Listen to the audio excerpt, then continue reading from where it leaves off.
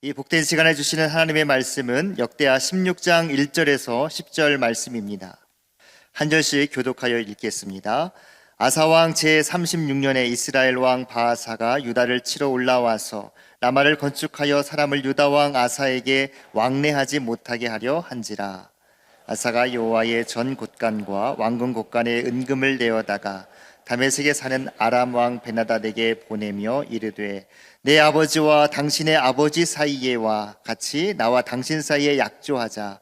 내가 당신에게 은금을 보내노니 와서 이스라엘 왕 바아사와 세운 약조를 깨뜨려 그가 나를 떠나게 하라 하매 아사 왕의 말을 듣고 그의 군대 지휘관들을 보내어 이스라엘 성읍들을 치되 이온과 단과 아벨 마임과 납달리의 모든 국고성을 쳤더니 바아사가 듣고 라마 건축하는 일을 포기하고 그 공사를 그친지라.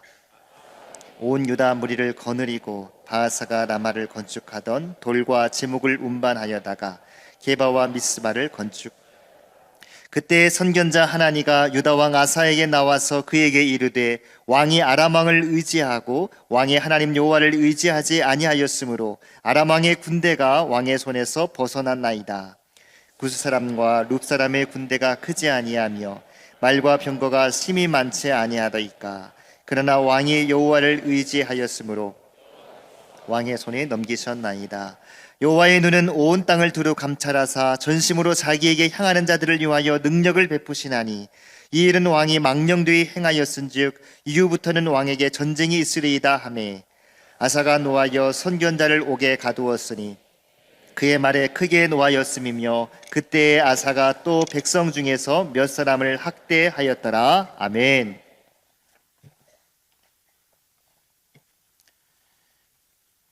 역대하 14장에서 16장에는 아사 왕에 대한 기록이 나옵니다. 한 인물에 대해서 성경 3장에 걸쳐서 소개하는 것은 꽤 비중을 차지하고 있는 것이라고 할 수 있습니다. 아사 왕은 남유다의 3번째 왕이었고 41년 동안이나 통치합니다. 41년이나 통치했던 통치 기간도 엄청 길죠. 아사 왕에 대한 평가가 어떠할까요? 아사 왕을 소개하는 14장 초반부를 한번 보시면요.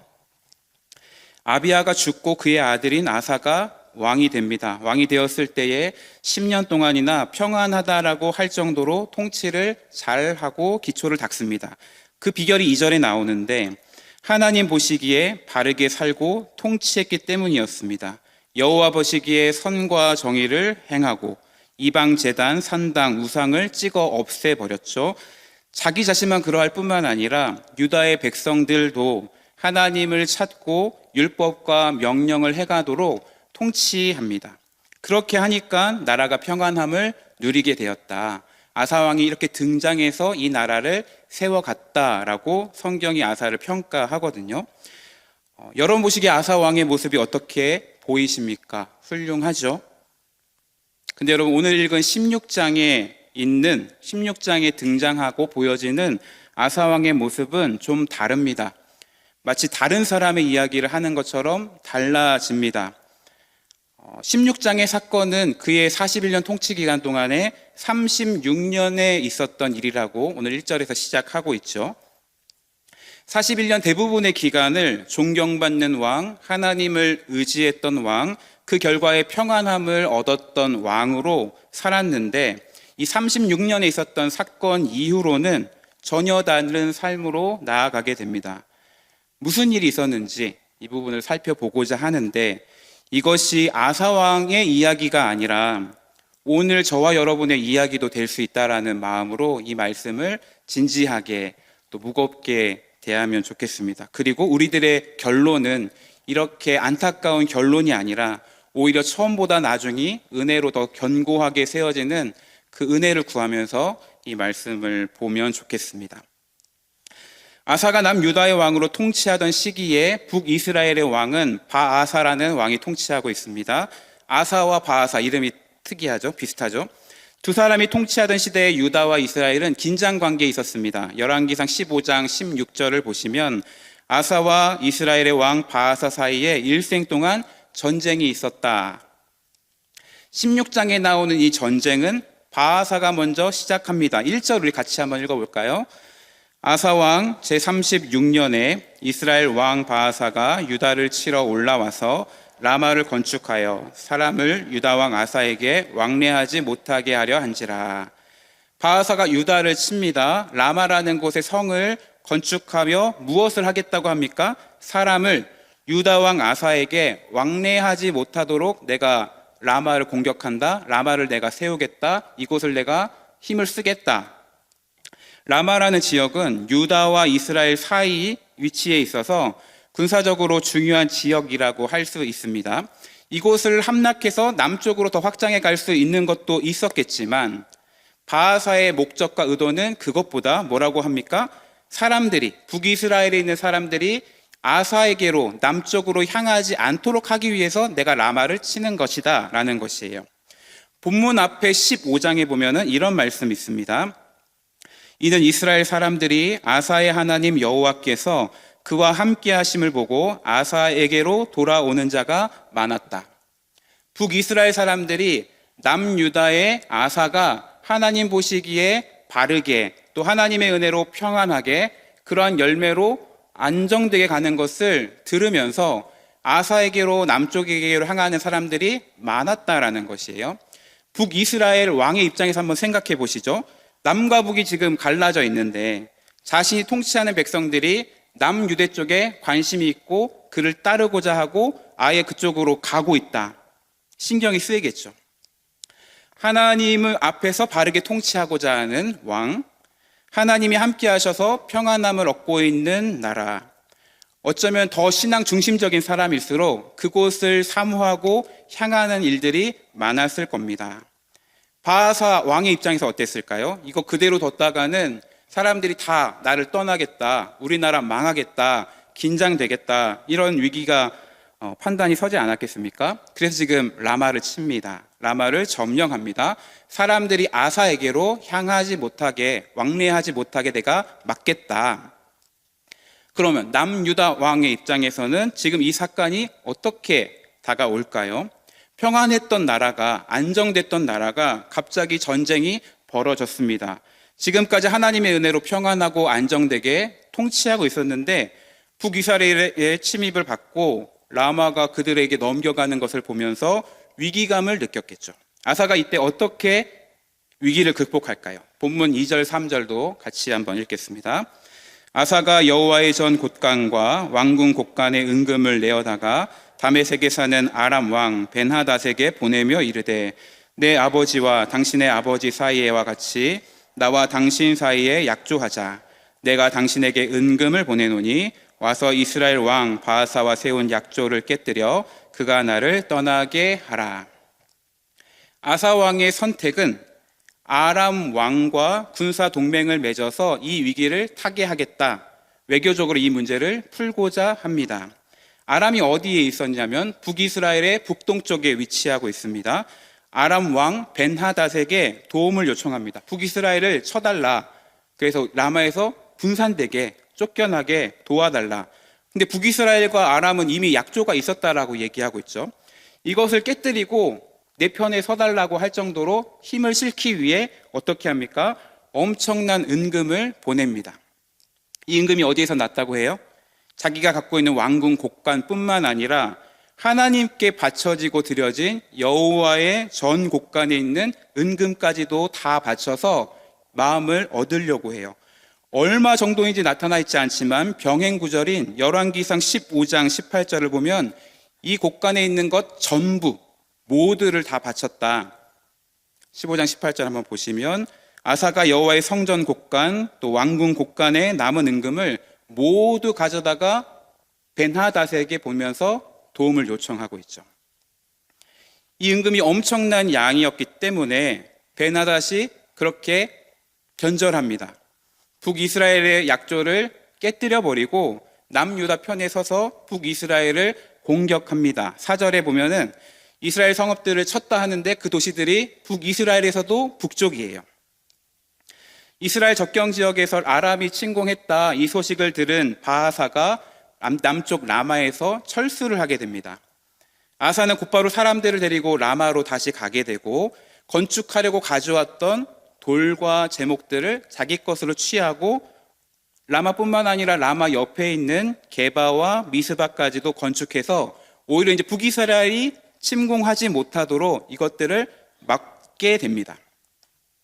요즘 국제뉴스 보면은 이스라엘과 이란이 충돌하는 것들을 보게 되죠. 단지 두 나라뿐만 아니라 중동, 또 미국과 러시아 비롯해서 전 세계가 얽혀 있게 되죠. 외교를 잘해서 내 나라에 좋은 결과를 가져오는 것, 정치 지도자의 역할이겠죠. 그런 면에서 지금 아사를 본다면 아사는 훌륭한 일을 한 것입니다. 먼저 공격한 것도 아니고 이걸 방어한 거잖아요. 이미 관계가 되어 있는 아람 왕을 내 편으로 만들어서 도움을 얻게 한 것도 아무나 할 수 있는 것은 사실 아니죠. 은금을 많이 잃게 됐지만 북이스라엘이 건축하려 가져왔던 라마에 두고 간 돌들, 제목들을 취하였기 때문에 어느 정도 이것들을 또 확보한 것도 되고, 내 나라의 군대를 일으켜서 전쟁을 일으킨 것이 아니기 때문에 내 군대나 내 백성들을 잃은 것도 별로 없었을 것입니다.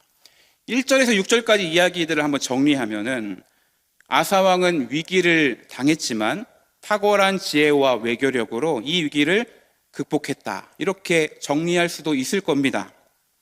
하지만 여러분, 이어지는 7절과 8절, 9절의 말씀을 보면은 하나님께서 선견자를 보내셔서 이 사건을 또 아사 왕에 대해서 뭐라 말씀하시는지, 하나님은 어떻게 이것을 바라보시고 해석하시고 평가하시는지를 보기를 원하는데요. 7절, 8절 우리 다 같이 읽겠습니다. 그때에 선견자 하나니가 유다 왕 아사에게 나와서 그에게 이르되 왕이 아람 왕을 의지하고 왕의 하나님 여호와를 의지하지 아니하였으므로 아람 왕의 군대가 왕의 손에서 벗어난나이다. 구스 사람과 룻 사람의 군대가 크지 아니하며 말과 병거가 심히 많지 아니하더이까. 그러나 왕이 여호와를 의지하였으므로 여호와께서 왕의 손에 넘기셨나이다. 하나님께서는 이 사건을 또 아사 왕을 어떻게 바라보고 평가하시냐면, 훌륭했다, 지혜롭다, 외교력을 이런 식으로 하다니 대단하다, 이렇게 표지 아니시고 나를, 하나님을 의지하지 않았다. 아사 왕은 지혜롭게 일을 처리한 듯 보이지만 하나님은 지혜롭다 아니다, 탁월하다 아니다의 관점이 아닌 하나님을 의지했냐 안 했느냐, 이것으로 보고 평가하고 있습니다. 특별히 여기 하나님을 가리켜서 뭐라 하냐면 왕의 하나님 여호와를 의지하지 않았다. 아사 왕의 하나님, 아사 왕이 지금껏 35년 통치하면서 의지하고 그 힘의 도움으로 살아왔던 그 하나님, 위기를 그 하나님 의지함으로 극복하며 여기까지 왔는데 지금은 그렇게 의지하지 않았다. 대신에 내가 도움을 구할 수 있고 내 적을 해치울 수 있는 능력을 갖고 있는 아람 왕을 의지했다.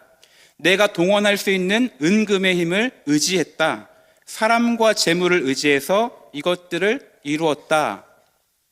누군가는 탁월하다, 전략적이다 라고 평가할 수도 있습니다. 근데 하나님은 하나님을 왕으로 모시는 남유다의 왕이 왕 대신 하나님을 생각하지 않고 하나님께 구하지 않고 하나님을 의지하지 않고 내 힘과 내 것을 가지고 다른 유력한 나라의 왕의 군대의 힘을 의지함으로 이것을 처리한 것, 하나님 보시기에 어리석은 것이다. 9절 하반절 보시면 이 일은 아사 왕이 망령되이 행한 것이다 라고 말씀합니다.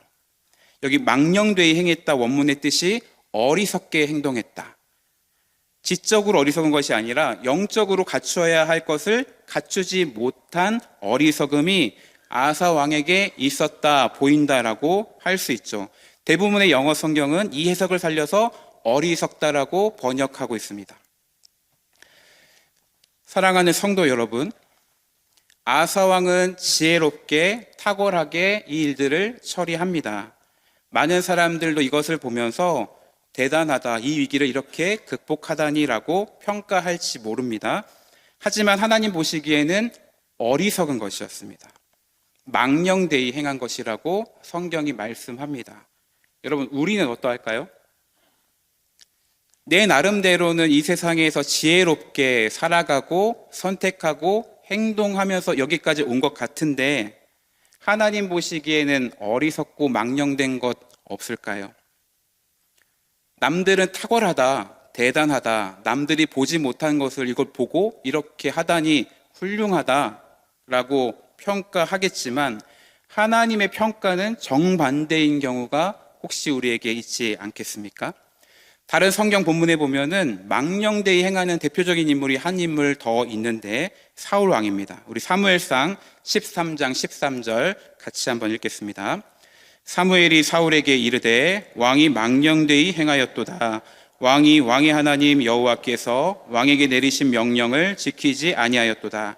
그리하였더라면 여호와께서 이스라엘 위에 왕의 나라를 영원히 세우셨을 것이거늘.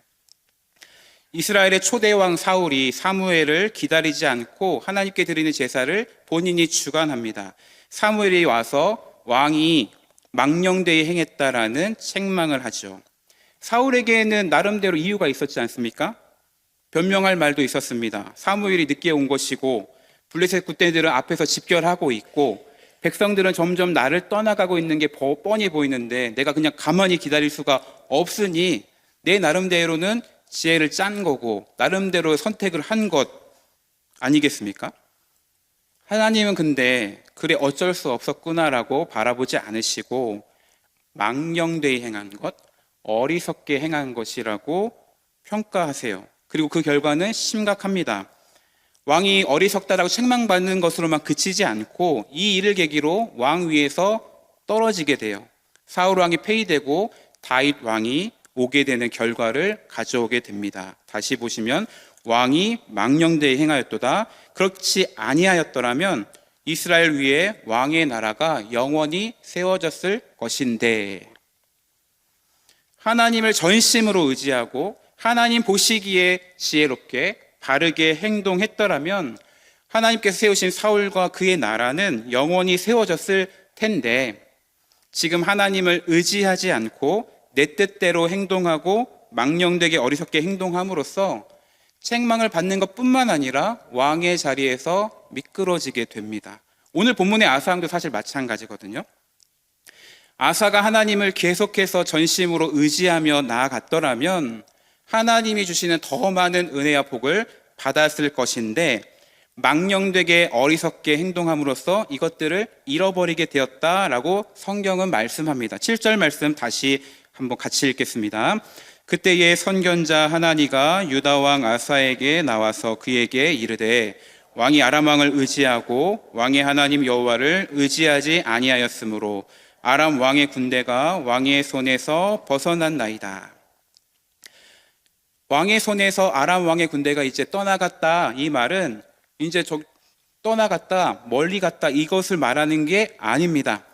하나님을 의지했다면 하나님께서 아람 왕의 군대들 왕의 손에게 붙여주셨을 텐데 왕의 손에서 벗어나게 됐다. 이 말씀을 하고 있어요. 사울 왕이 의지했고 순종했다면 그 왕위가 영원했을 텐데 그렇지 않으므로 떨어지게 됐다랑 같은 맥락입니다. 7, 8절에 비교 대조되고 있는 표현에 주목해서 보시면 왕이 하나님 여호와를 의지하지 않았기 때문에 아람 왕의 군대가 벗어났다. 왕이 여호와를 예전에 의지했을 때에는 하나님께서 왕의 손에게 넘겨주셨다. 14장에 있었던 사건이거든요. 근데 그렇게 지금 아사 왕이 의지하지 않았기 때문에 하나님께서 아사 왕의 손에 붙여주시려고 넘겨주시려고 했던 아람 왕의 군대가 벗어나게 됐다. 그것을 얻지 못하게 됐다. 이 말씀을 하고 있습니다. 사랑하는 성도 여러분, 하나님을 의지하는 자에게 하나님이 허락하시는 놀라운 역사와 하나님의 계획이 있습니다. 근데 우리가 하나님을 의지하지 않아서 하나님의 놀라운 역사를 보지 못하게 될 때가 있고 하나님이 주시려고 준비한 것들을 받지 못할 때가 있다는 것이에요. 하나님이 주지 않아서가 아니라 내가 하나님을 의지하지 않기 때문에. 여러분은 하나님을 의지하며 살고 계십니까? 오늘 하루 의지하며 살고 오셨습니까? 다른 것을 의지하는 게 아니라 하나님을 진짜 전심으로 의지함으로 오늘 하루를 살아가고 계십니까? 때때로 하나님을 믿고 의지하는 길이 어리석어 보여서 내 지혜로, 다른 사람의 힘으로, 내가 가진 돈으로, 내가 활용할 수 있는 것들로 내가 쓸 수 있는 탁월함으로 살아가고 있지는 않습니까?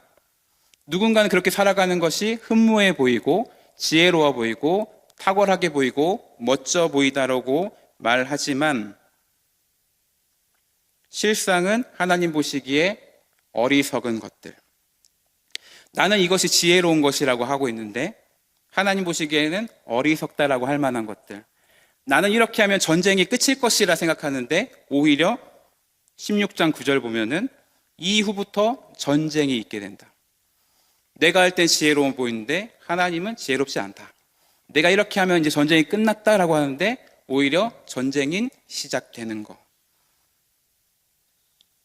여러분, 하나님을 믿고 의지하는 길이 어리석은 것이 아니라 하나님 아닌 다른 것을 의지하며 살아가는 걸음이 정말 어리석은 길이고 많은 것을 놓쳐버리는 길인 것을 우리가 깨닫기를 원합니다. 하나님이 언급하고 있는 구스군대를 이긴 14장의 사건을 보시면은 구스 사람 세라가 군사 100만 명, 병거 300대를 거느리고 남유다를 쳐들어오게 됩니다. 이때 아사 왕이 전심으로 하나님을 의지하며 기도하는 장면이 나오는데요. 아사의 기도를 한번 같이 기도하는 마음으로 읽어보겠습니다. 14장 11절 같이 읽습니다. 아사가 그의 하나님 여호와께 부르짖어 이르되 여호와여, 힘이 강한 자와 약한 자 사이에는 주밖에 도와줄 이가 없사오니 우리 하나님 여호와여, 우리를 도우소서. 우리가 주를 의지하오며 주의 이름을 의탁하옵고 이 많은 무리를 치러 왔나이다. 여호와여, 주는 우리 하나님이시오니 원하건대 사람이 주를 이기지 못하게 하옵소서. 아사의 기도 속에 하나님을 전심으로 의지하는 그 중심이 느껴지시나요? 힘이 강한 자와 약한 자 사이에 하나님밖에 나를 도와줄 분이 없다. 여호와 하나님, 우리를 도와주소서. 우리가 오직 주님을 의지하고 그 이름에 의탁합니다. 주님만이 우리가 믿고 의지하는 하나님이시니 사람이 주를 이기지 못하게 하나님 오셔서 역사해 주시고 우리를 도와주소서. 하나님 이 아사의 기도에 응답하셔서 이 100만이 넘는 구스 군대를 물리치고 그 구스를 자기 손에 취하게 돼요. 지금 이스라엘에게 쳐들어온 북이스라엘에 쳐들어온 이것은 이때 100만의 구스 군대와는 비교가 되지 않습니다. 하나님을 의지함으로 놀라운 승리를 경험했던 아사 왕은 이때에도 하나님을 의지하고 전심으로 향하고 이 기도를 드렸어야 했을 것이에요. 하나님을 의지하고 의탁할 때 놀라운 승리를 주시는, 내 손에 붙여주시는 그 하나님을 의지하고 의탁했어야 마땅한데, 그렇게 했다면 그렇게 은혜 주시고 승리해 주셨을 텐데, 북이스라엘만이 아닌 아람도 하나님이 붙여주셨을 것인데, 아사 왕은 이때에 똑같이 행동하지 않습니다. 하나님을 의지하지 않고 아람 왕을 의지합니다. 재물을 의지합니다. 자기 자신을 의지합니다. 사랑하는 성도 여러분, 하나님께서 저와 여러분의 인생 가운데 놀랍게 역사하신 믿음의 역사들이, 많은 간증들이 있으실 것이에요.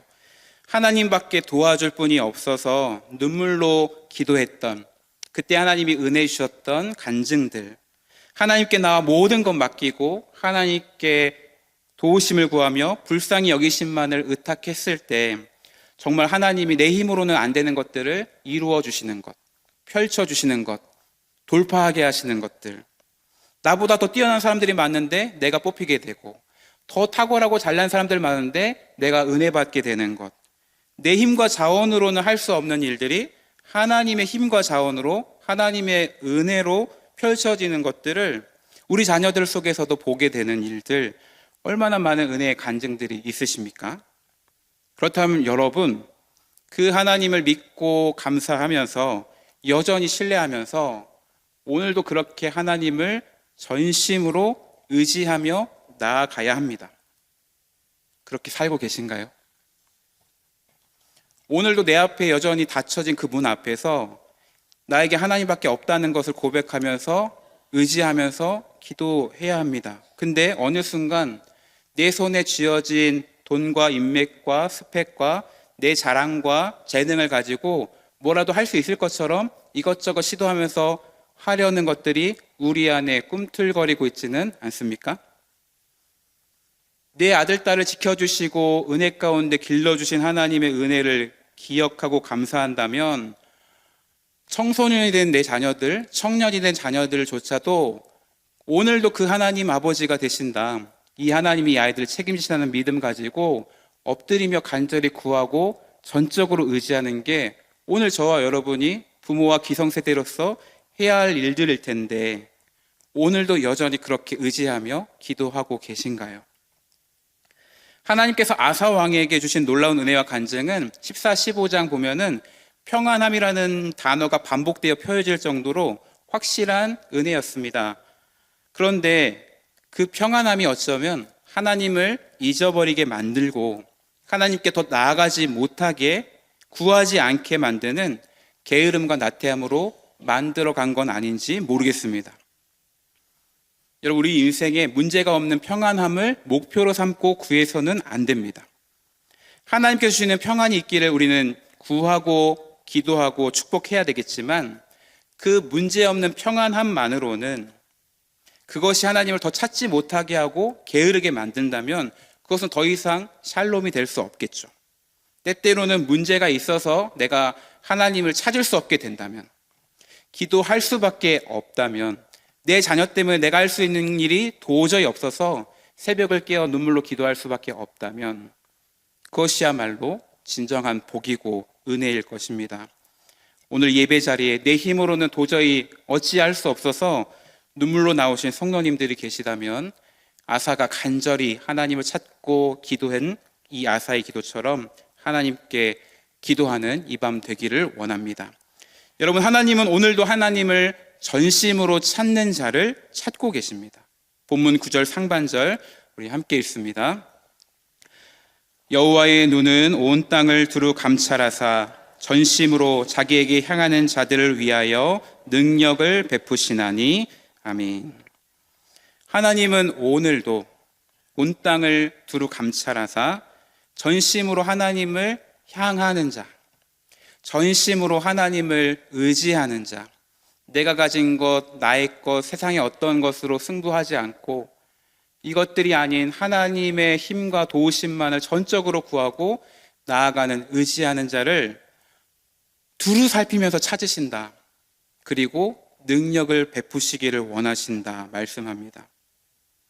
아사는 전심으로 하나님을 찾는 일에 실패했습니다. 여러분, 저와 여러분이 하나님이 찾으시는, 전심으로 하나님을 향하는, 하나님을 의지하는 믿음의 사람으로 발견될 수 있기를 축복합니다. 오늘 예배가 하나님께 나아가는, 전심으로 하나님을 구하는, 하나님을 간절히 찾는, 그래서 하나님의 눈에 발견되어지는 그 예배, 그 존재, 저와 여러분 될 수 있기를 축복합니다. 하나님을 통해 하나님의 말씀과 뜻을 깨달은 아사 왕이 어떻게 반응했을까요? 10절입니다. 아사가 노하여 선견자를 옥에 가두었으니 이는 그의 말에 크게 노하였음이며 그때의 아사가 또 백성 중에서 몇 사람을 학대하였더라. 아사는 이 선견자의 말을 듣고 분노합니다. 하나니를 감옥에 가둬버립니다. 또 다른 몇 사람도 학대했다 말합니다. 아마도 하나니와 같은 그 길에 서서 왕에게 요구하는 자가 아니었을까 생각합니다. 여러분, 어쩌다가 아사 왕이 이렇게 되었을까요? 35년 동안을 하나님을 전적으로 의지했고 그 탁월하고 좋은 기도를 드리고 간증거리를 받았던 아사 왕이 어떻게 이렇게 하나님을 의지하지 않고 하나님의 뜻을 받았을 때 그 선견자를 옥에 가두고 분노하는 자가 되어버렸을까요? 35년 잘 살아왔다고 오늘과 미래를 보장하는 것이 아님을 우리는 알 수 있습니다. 처음을 잘 시작했더라도 이것이 마지막이 잘 될 것이라고 보장하는 것이 아님을 우리는 알아야 합니다.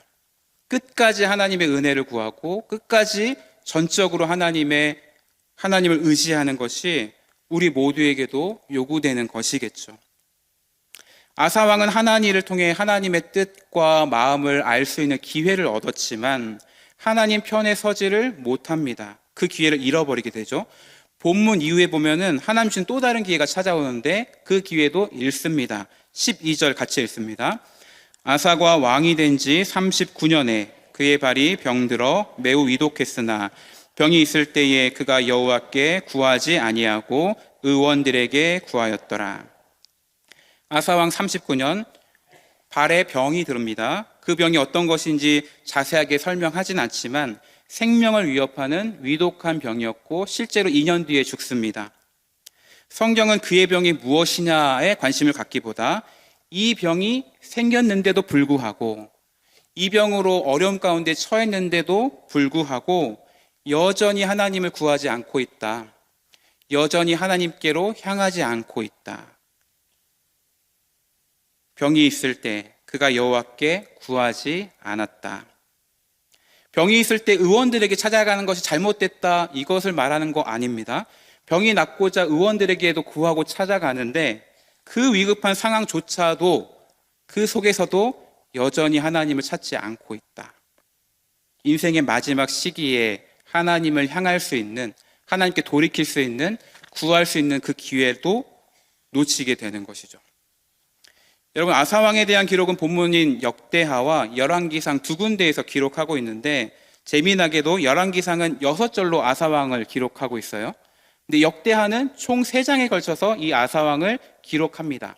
역대기 기자가 보기에는 아사왕이, 우리가 그 아사왕의 모습을 보면은 우리가 보고 배워야 할 것이 많다, 기록한다라고 하는 것일 겁니다. 오늘 저와 여러분이 아사왕의 이야기, 특별히 말년의 이야기를 살펴보았는데 우리가 배워야 할 교훈, 우리가 받아야 될 교훈, 기도할 제목을 몇 가지로 정리하면서 마무리하고자 합니다. 우리의 기도 제목이기도 할 것입니다. 사람이 보기에 지혜로 보일지 모르지만 하나님 보시기에는 어리석은 행동이 있습니다.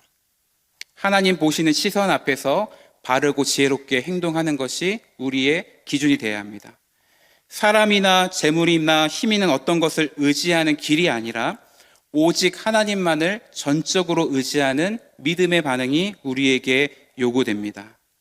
왕이신 하나님만을 전심으로 바라보는, 의지하는, 지난주에 받은 말씀과 같이 오직 여호와 하나님만 경배하고 사랑하고 의지하는 1계명을 붙들며 살아가는 삶이 우리에게 필요한 것이죠. 세 번째, 하나님을 믿고 의지하는 자에게 주시는 은혜가 있습니다. 그 사람의 손에 붙여주시는 하나님의 선물이 있습니다. 믿고 의지하지 않으면 결코 받을 수 없는, 그 손에서 벗어나게 되는 것들이 있습니다. 하나님을 믿고 의지해서 하나님이 예비하신 크고 놀라운 은혜의 선물들을 우리 모두 받기를, 누릴 수 있기를 축복합니다. 한 번 은혜 받는 것이 전부가 아닙니다. 35년 잘했어도 6년을 마무리하지 못했거든요. 처음도 과정도 마무리까지도 오직 은혜를 구하며 나아가야 합니다. 다섯 번째, 하나님께서 기회를 주시는 순간들이 있습니다. 그때 우리는 그 기회를 붙잡아야 합니다. 실수할 수 있지만 실수를 통해 깨닫는 것이 중요하고, 넘어질 수 있지만 넘어졌을 때 일어서는 것이 중요하죠. 아사왕은 선견자를 통해 하나님의 말씀, 하나님의 해석, 하나님의 뜻을 깨달을 수 있는 기회를 얻었지만 병이 걸려서 위중해서 가난해지고 공고해서 하나님을 찾을 수밖에 없는 때가 있었지만 하나님을 찾지 않습니다. 하나님을 전심으로 구할 수밖에 없는 기회가 올 때 그 기회를 놓치지 말아야 합니다. 문제 없는 평안함이 우리의 목표가 되어서는 안 됩니다. 오히려 문제가 있어도, 어려움이 있어도 그것을 통해, 그것 때문에라도 하나님께 간절히 구하고 하나님을 향할 수 있다면 그것은 축복입니다. 마지막 7번째, 하나님은 지금도 전심으로 하나님을 향하는 자를 찾고 계시다는 것을 믿어야 합니다.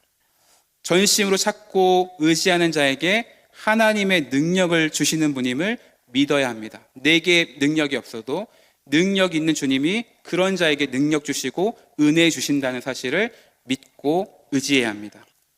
받은 말씀 의지하면서 우리 기도의 자리로 나아가겠습니다. 주만 바라볼지라, 우리 고백을 담아 찬양하겠습니다.